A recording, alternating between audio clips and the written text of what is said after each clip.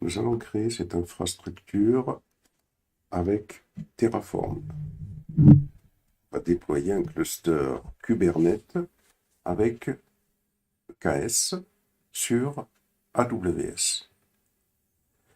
Dans AWS, pour déployer un cluster EKS, il va falloir créer un certain nombre de composants.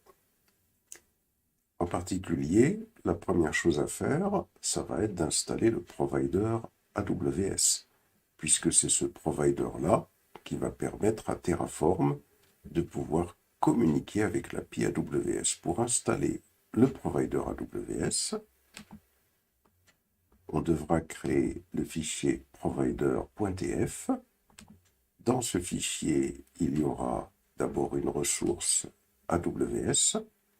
Cette ressource AWS permettra de définir la région dans laquelle le provider va agir, et de plus, on va définir les informations concernant le dépôt où se situe le provider. Une fois qu'on aura appliqué Terraform à ce fichier-là, nous aurons alors le provider AWS qui sera installé sur le poste du DevOps. Dans un deuxième temps, on va créer un VPC. Un VPC, c'est tout simplement un Virtual Private Cloud. C'est comme un petit emplacement logique dans lequel on va pouvoir créer tout notre réseau. Et à ce VPC, on va lui associer une adresse CIDR qui sera 10.0.0.0/16 et il sera créé dans la région EU-Ouest-3.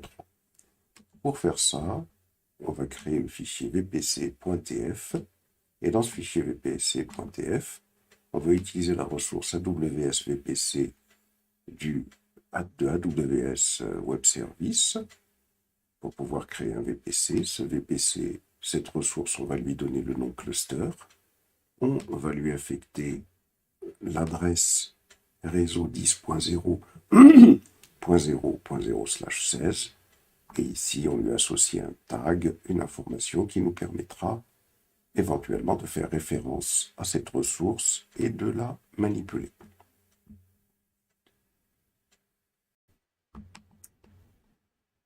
Ensuite, dans un troisième temps, on va créer les réseaux. On a deux réseaux privés qui ont pour adresse 10.0.0.0/19 et 10.0.0.32/0/19 et deux réseaux publics qui auront pour adresse 10.0.64.0/19 et 10.0.96.0/19. Alors pour faire ça, on va créer le fichier subnet.tf. Pour pouvoir définir un réseau, on utilise la ressource de AWS Web Service qui est AWS-subnet. Voici le nom qu'on donne à la ressource. Par exemple, on aura une ressource qui s'appellera private EU-West-3A pour le premier réseau privé et une ressource qui s'appellera private EU-West-3B pour le deuxième réseau privé. C'est-à-dire que cette première ressource-là et cette deuxième ressource-là permettront de créer les deux réseaux privés qu'on voit ici en bleu. Dans cette ressource qui permet de créer le réseau privé, qu'est-ce qu'on précise?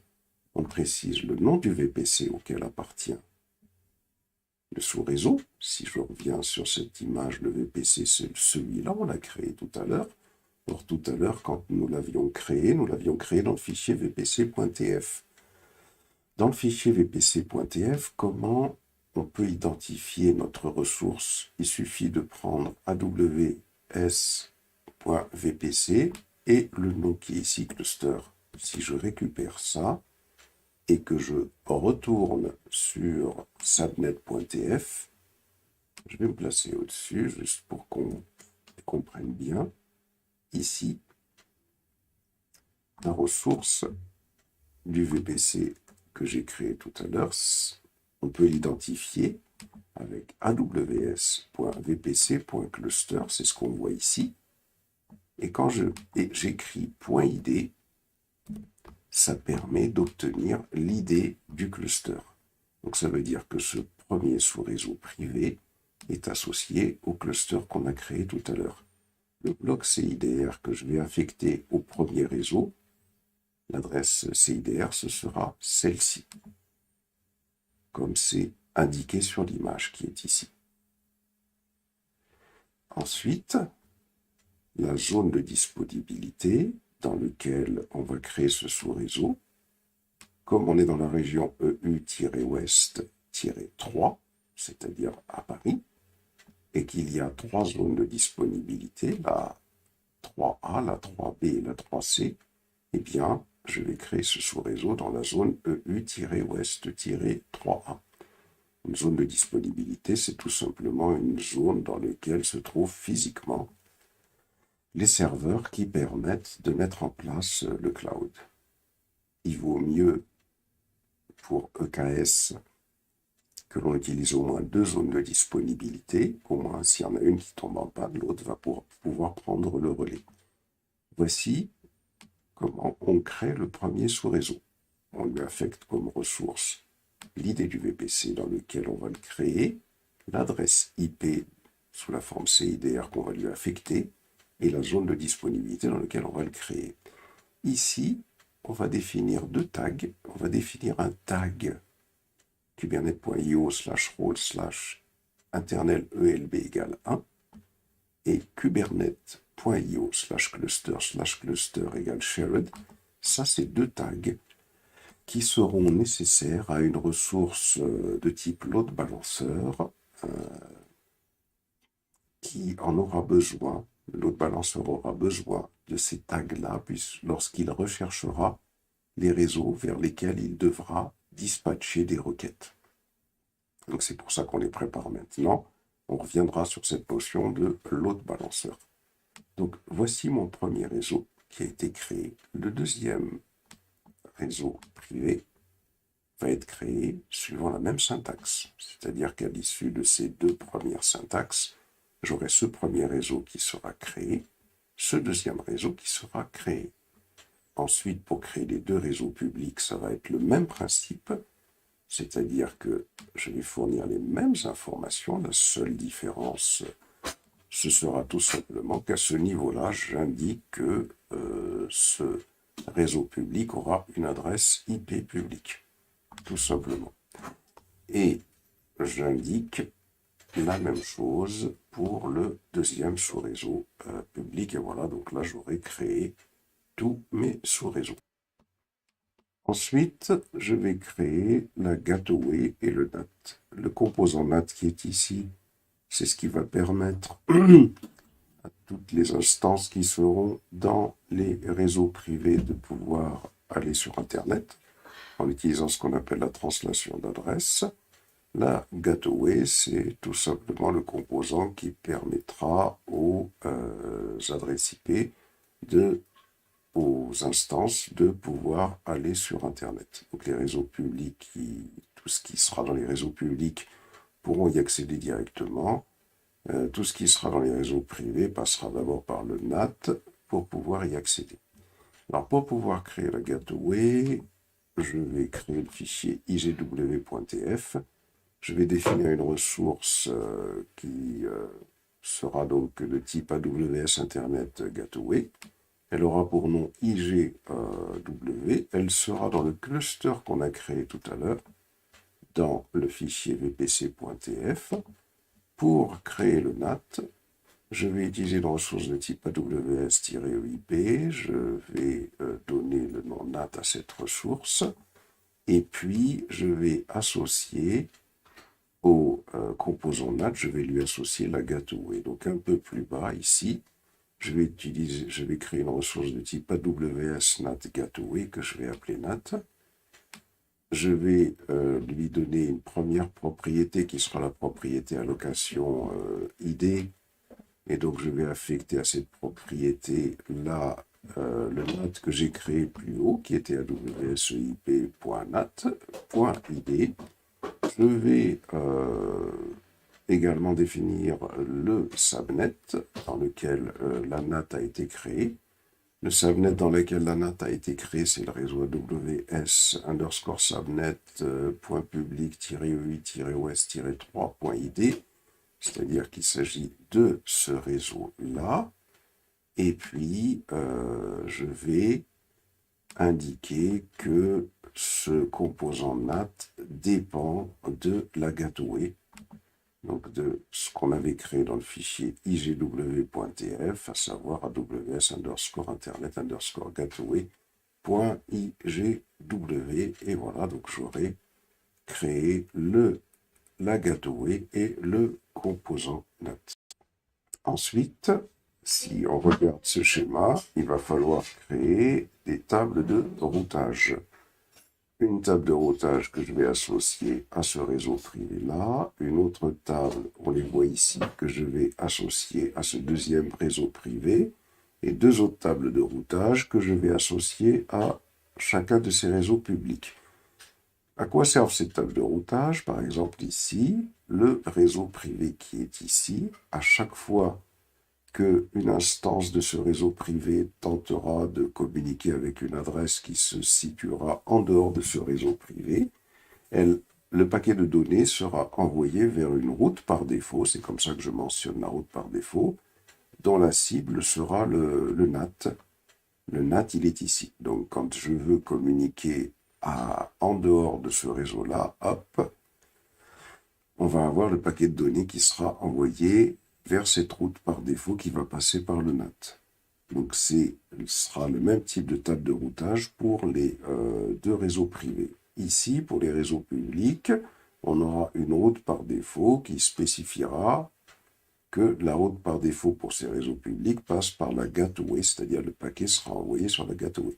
Ça va permettre aux quatre réseaux qui soient privés ou publics de savoir vers où ils doivent envoyer leur paquet de données quand ils veulent aller sur Internet. Pour les réseaux publics, ce sera vers la gateway. Pour les réseaux privés, ce sera vers le NAT. Alors pour faire ça, je reviens ici, je clique sur route, et ici, j'ai créé une ressource de type AWS route underscore table. Donc, pour que je vais appeler private, ce sera la table de routage qu'on a vue tout à l'heure pour les réseaux privés. Et je vais définir la route. Donc, voici la route par défaut, 0.0.0.0/0, et j'enverrai ça vers le NAT. C'est ce qu'on a vu tout à l'heure dans le schéma. Ensuite, ça va être le même principe pour les réseaux publics. Voici la route par défaut. Et voici, j'enverrai les paquets de données vers la gateway. Ensuite, une fois que ces deux tables de routage auront été créées, il faut que je les affecte au réseau. Donc, je vais utiliser une ressource de type AWS Route Table Association, que je vais appeler private EU-west-3. Donc, ça va me permettre d'associer la table de routage qui est ici, qui est private, celle-ci. Donc cette table de routage de type private, je vais l'associer au premier réseau privé. Donc c'est ce que je fais ici. Donc je définis l'idée du réseau, qui est aws_subnet.private-eu-west-3a.id, c'est-à-dire qu'il s'agit de ce réseau-là, celui-là. Ensuite, je lui associe la table de routage que j'ai créée plus haut, donc la table aws_route_table.private.id. Elle est ici, la table de routage que j'ai créée, aws_route_table.private.id, donc l'idée de cette table. Je vais l'associer à la première table de routage et je vais procéder de la même manière pour associer les autres tables au réseau public ou privé. Et voilà, donc à l'issue de l'exécution de ce fichier via Terraform, j'aurai les tables de routage qui seront associées au réseau privé. Ensuite, nous devons créer le cluster EKS. Pour ça, on va définir d'abord un rôle. Ce rôle aura pour objectif de pouvoir attribuer au service EKS de Amazon Web Services, il va lui attribuer des autorisations pour que ce service EKS puisse réaliser des opérations sur ces réseaux privés et sur ce VPC. En particulier, créer le cluster EKS. Pour faire ça, on va dans rôle-EKS, et donc c'est ce qui est expliqué ici. Les clusters Kubernetes gérés par Amazon EKS effectuent des appels vers d'autres services AWS en votre nom pour gérer les ressources que vous utilisez avec le service. Avant de pouvoir créer des clusters Amazon EKS, vous devez créer un rôle IAM avec les politiques suivantes.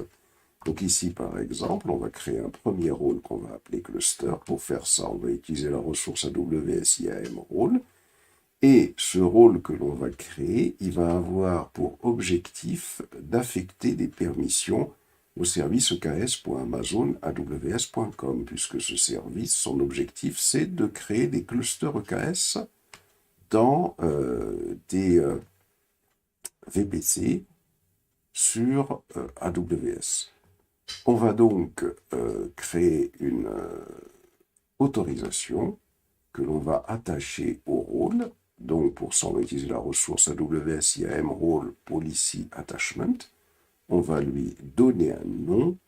La permission qu'on va attacher au rôle, c'est celle-ci, c'est Amazon EKS Cluster Policy, qui va permettre de créer qui va permettre de donner au service EKS.AmazonAWS l'autorisation de créer des clusters EKS dans les réseaux privés que nous on va définir.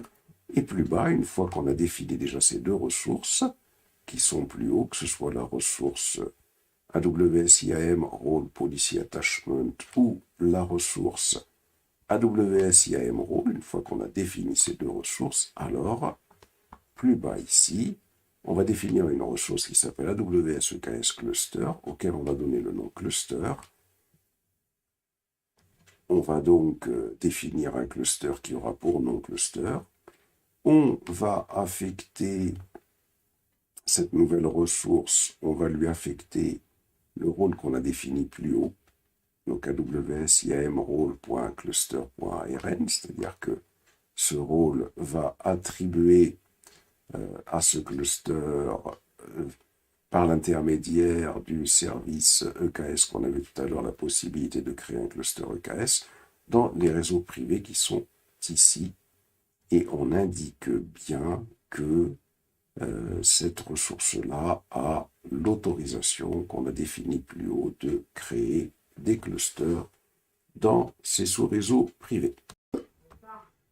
Ensuite, une fois que le cluster a été créé, l'objectif c'est de créer des instances EC2 qui seront des workers dans ce cluster EKS. L'objectif, puisque un cluster Kubernetes possède des masters et possède des workers. Donc, on va définir les workers avec EKS, c'est que les workers qu'on définisse tout. Pour faire ça, on revient sur le rôle, on revient sur notre code, on va créer un fichier qui va s'appeler rôle-eks.tf. Les clusters Kubernetes gérés par Amazon EKS effectuent des appels vers d'autres services AWS en d'autres noms pour gérer les ressources que l'on va utiliser avec le service. Avant de pouvoir créer des clusters Amazon EKS, on doit d'abord créer un rôle IAM avec des politiques qu'on va définir plus bas.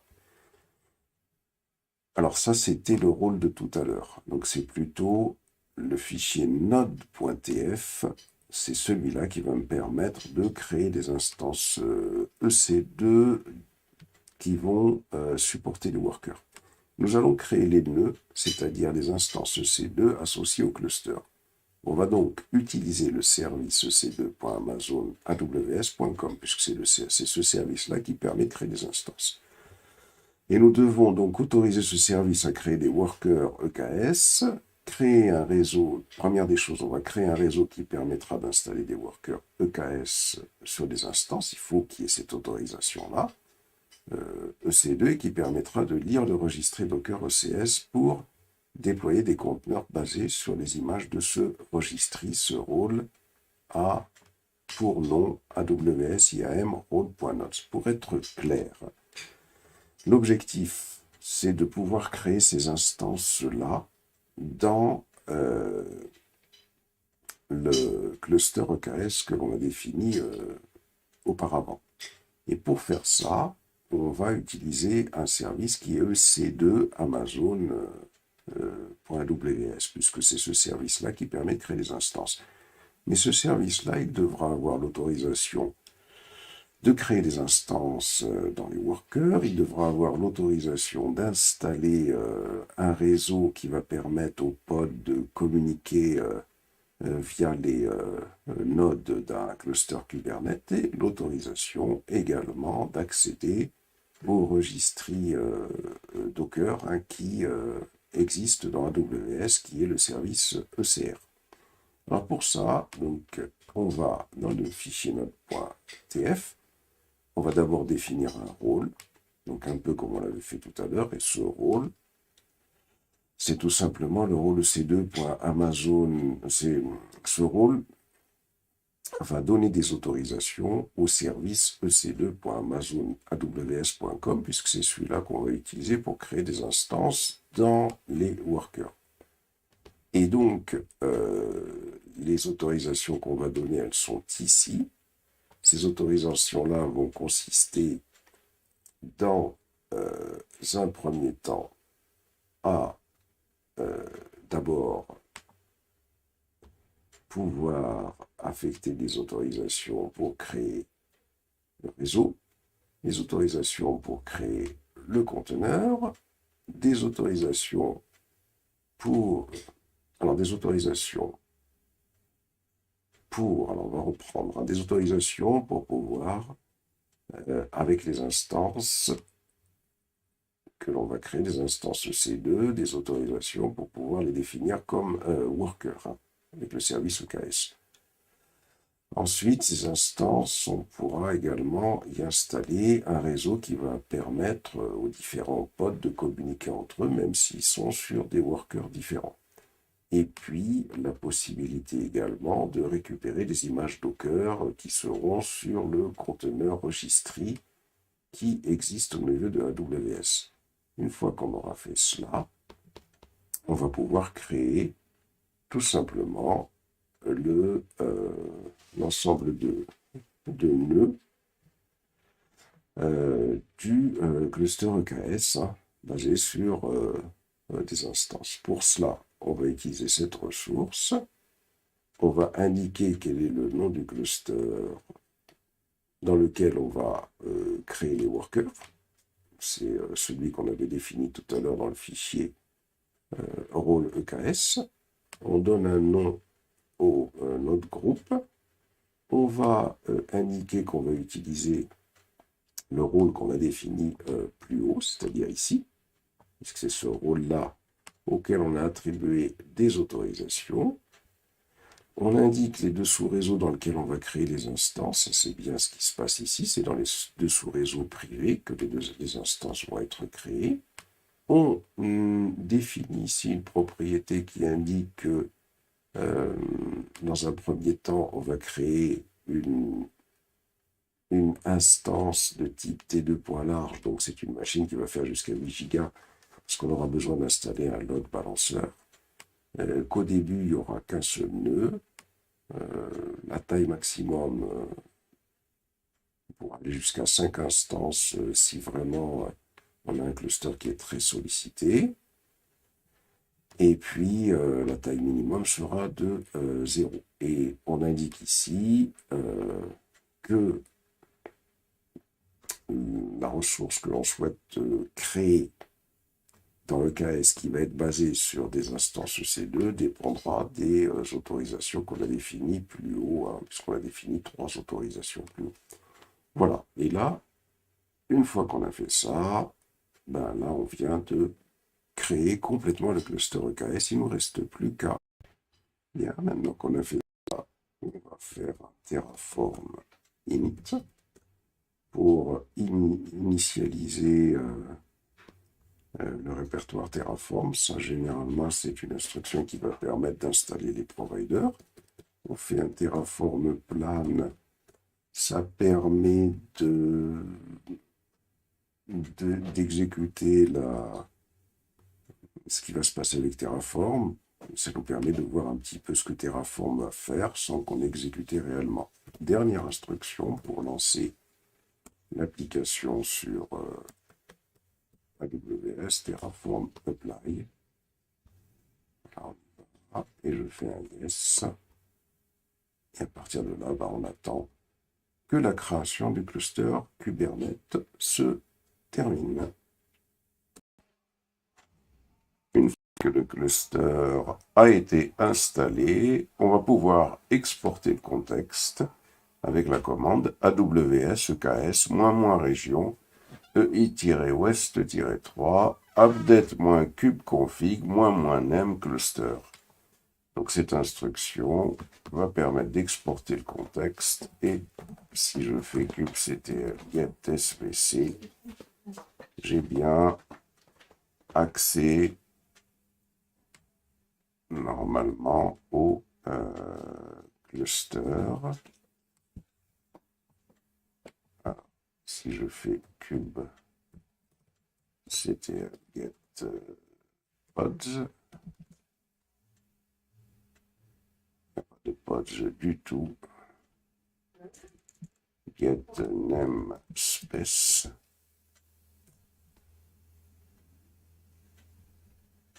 Voici les